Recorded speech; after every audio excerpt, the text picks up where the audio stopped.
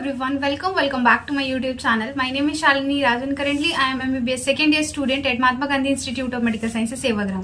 So guys, अभी last का 30 days बाकी है एंड बहुत सारे लोग होंगे जिनका सिलेबस कंप्लीट हो चुका होगा एंड उनको एक रिवीजन प्लान की जरूरत होगी जिसको वो फॉलो करे एंड उनका जो स्कोर है वो लगभग बहुत अच्छे से बूस्ट हो जाए, 600 650 तक वो पहुंच पाए. तो देखो दो तरीके के स्टूडेंट है अभी मुझे पता है. एक तो वो है जिनका सिलेबस कंप्लीट हो चुका है एंड वो अब 31 मार्च के बाद से अपना रिवीजन स्टार्ट करना चाहते हैं. तो ये वीडियो उनके लिए ही है जिसमें बताने वाली हूँ कि 1 अप्रैल से 1 मई तक वो कैसे रिवीजन प्लान करेंगे एंड किस तरीके से मॉक टेस्ट को प्लान करना है ताकि इन दोनों चीजों में बैलेंस बना रहे एंड वो एक अच्छा स्कोर नीट में कर पाए एंड नीट 2024 को क्लियर कर पाए. एंड दूसरे वो भी स्टूडेंट होंगे जिनका सिलेबस अभी नहीं कवर हो पाया है. तो इन दोनों तरीके के स्टूडेंट के लिए मैं रिवीजन प्लान लेके आई हूँ. जिनका सिलेबस नहीं कंप्लीट हुआ है उनको भी घबराने की जरूरत नहीं है. उनके लिए भी मैं आगे बताऊंगी कि आपको किस तरीके से कब तक सिलेबस कवर करना है, कितना करना है एंड कब से आपको रिवीजन स्टार्ट कर देना है. देखो जिनका सिलेबस कंप्लीट हो चुका है उनके पास अप्रोक्सीमेटली अभी 35 डेज है जिसमें कि वो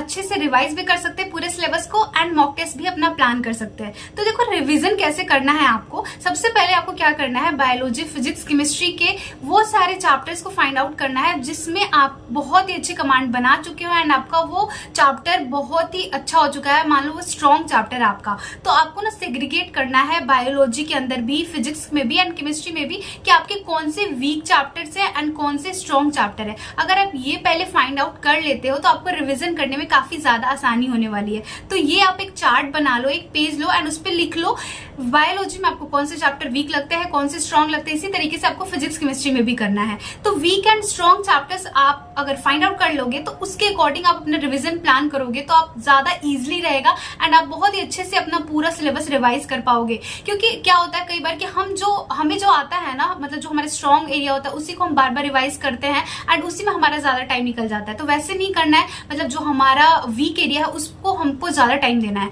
तो अगर ये वाला चार्ट आपके पास रहेगा कि आपका कौन सा एरिया वीक है तो आप उसके अकॉर्डिंग अपना रिवीजन प्लान करोगे एंड वीक वाले एरिया को ज्यादा टाइम दोगे. तो इस तरीके से करना है आपको. एंड आप रिवाइज कैसे करोगे, अब मेन बात आता है. तो देखो रिवाइज करने के लिए बहुत सारे लोग बहुत तरीके के आपको ट्रिक्स एंड टिप्स बताते हैं. मैं एक चीज आपको बताना चाहती हूँ कि रिवीजन करने का जो नोट्स होगा वो जितना ज्यादा क्रिस्प होगा एंड जितना ज्यादा कंसाइज होगा उतना ही आपको आसानी पड़ने वाला है. मेरे टाइम पे मैंने अपने खुद के लिए कुछ शॉर्ट नोट्स बनाए थे, कुछ फ्लैश कार्ड्स बनाया था एंड अब लास्ट का 30 डेज बाकी है तो इतना टाइम नहीं है कि आप खुद से अभी अपने लिए short notes and flash card बना पाओ. तो आप रिवीजन के लिए रैंसो फ्लैश कार्ड की हेल्प ले सकते हो क्योंकि ये जो फ्लैश कार्ड है ये अल्ट्रा शॉर्ट नोट्स का काम करते हैं. आपको ये flash card physics, chemistry, biology तीनों में मिल जाएंगे एंड यहाँ पे हर एक चैप्टर को बहुत ही कंसाइज वे में एनसीईआरटी बेस्ड फॉर्म में दिया हुआ है. मतलब एनसीईआरटी के वो सारे लाइंस, वो सारे जितने भी हाईलाइटेड जो कॉन्सेप्ट है जो कि नीट एग्जाम में बहुत ज्यादा पूछे जाते हैं उन सारी चीजों को इसके हर एक चैप्टर में इंक्लूड करा गया है. वो बायोलॉजी हो या फिजिक्स हो या फिर केमिस्ट्री हो. तो आप हर एक चैप्टर को ना उठा के ऐसे इस फ्लैश कार्ड की हेल्प से लगभग 15 से 20 मिनट में रिवाइज कर सकते हो एंड आप पूरे नीट के सिलेबस को मात्र ही कुछ घंटों में रिवाइज करके रख सकते हो. तो अगर आप अभी से आदत लगाओगे इन फ्लैश कार्ड को यूज करने का तो लास्ट में जो आपके नीट का 2 दिन 3 दिन बाकी रहेगा तो इसके हेल्प से आप पूरे सिलेबस को ना बहुत ही कम घंटों में रिवाइज करके एंड अपने आप को नीट 2024 के लिए रेडी कर सकते हो. तो आप अगर इन फ्लैश कार्ड को लेना चाहते होंगे तो मैंने सारे लिंक्स डिस्क्रिप्शन बॉक्स में दे दिए हैं, जरूर जाके चेकआउट करना. फ्लैश कार्ड से रिवाइज करना बहुत ही आसान हो जाता है, कम समय में कई बार अपने सिलेबस को रिवाइज कर सकते हैं. देखो बायोलॉजी, फिजिक्स, केमिस्ट्री में ना आपको देखो डेली रिवाइज करना है. ऐसा नहीं सोचना है कि किसी एक दिन हम बायोलॉजी करेंगे, किसी एक दिन केमिस्ट्री करेंगे.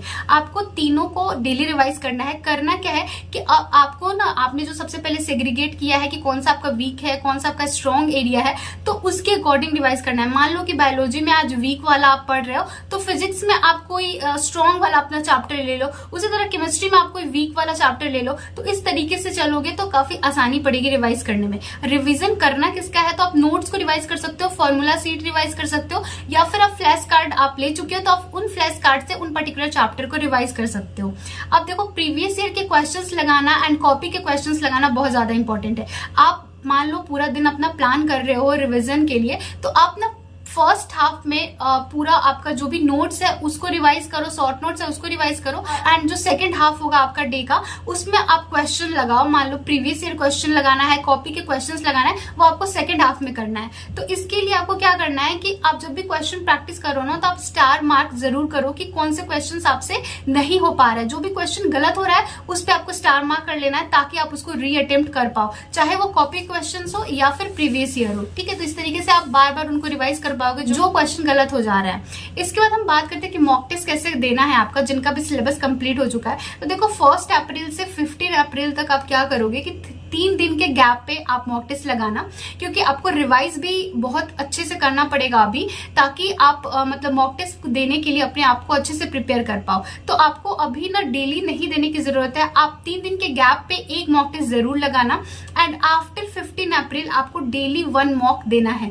डेली 1 मॉक दोगे उसके बाद तो आपका मतलब आपको अपना पता लगेगा कि आपको क्या, कहाँ पे आप क्या लैग कर रहे हो एंड कितना आपका हो चुका है, कितने मार्क्स आपको आ रहे हैं, कितने और इंप्रूव करने हैं, आपकी सिली मिस्टेक कहाँ हो रही है। तो इस तरीके से आपको 1 मॉक टेस्ट पेपर जरूर लगाना है आफ्टर 15 अप्रैल। देखो मिस्टेक नोटबुक अभी तक नहीं बनाया है तो प्लीज बना लो। मिस्टेक नोटबुक में करना क्या होता है, कुछ नहीं करना है, आपको एक छोटी सी डायरी लेनी है, एक पे आपको फिजिक्स लिखना है, एक पे केमिस्ट्री एंड एक पे बायोलॉजी, एंड इसी तरीके से आपको टेस्ट नंबर दे देना है। जो भी आप जितने टेस्ट लगा रहे हो, टेस्ट नंबर 1 में मान लो कि आपने जो भी गलती करी है फिजिक्स के अंदर, उस आप लिख सकते हो कि फिजिक्स में आपकी मान लो क्वेश्चन, ऐसे क्वेश्चन नंबर लिख के भी कर सकते हो कि क्वेश्चन नंबर 1 में मेरा ये गलत हुआ था, फॉर्मूला लगाने से गलत, फॉर्मूला मैंने गलत लगाया था। क्वेश्चन नंबर 5 गलत हुआ है तो मान लो वहां पे आपका सिली मिस्टेक से गलत हुआ तो आप लिखो ड्यू टू सिली मिस्टेक। हर एक क्वेश्चन जो कि आप गलत कर रहे हो उसके रीजन के साथ आपको मिस्टेक नोटबुक में वो सारी चीजें आपको लिखनी है। आप एक डाटा ये बनाओगे ना तो आपको मिस्टेक नोटबुक से काफी ज्यादा हेल्प मिलेगा। बाद में जाके आप यहाँ से देख पाओगे कि आपकी क्या क्या गलतियां हो रही हैं एंड उस पर आप काम कर पाओगे। तो मिस्टेक नोटबुक जरूर बना लेना। तो इस तरीके से आपको चलना है जिनका भी सिलेबस कंप्लीट हो चुका है। जिनका सिलेबस नहीं कंप्लीट हुआ है अभी तक, देखो उनके पास 2 ऑप्शंस होंगे। एक तो ऑप्शन ये है कि गिव अप, क्योंकि बहुत सारे लोग हैं जो अभी तक गिव अप कर चुके हैं कि लाइक 30 डेज में कुछ नहीं होने वाला है। भाई कुछ नहीं होने वाला है पता है, लेकिन आप जहां पे भी हो ना वहां से उठ के ऊपर ही जाओगे अगर अभी भी आप लगे रहते हो तो।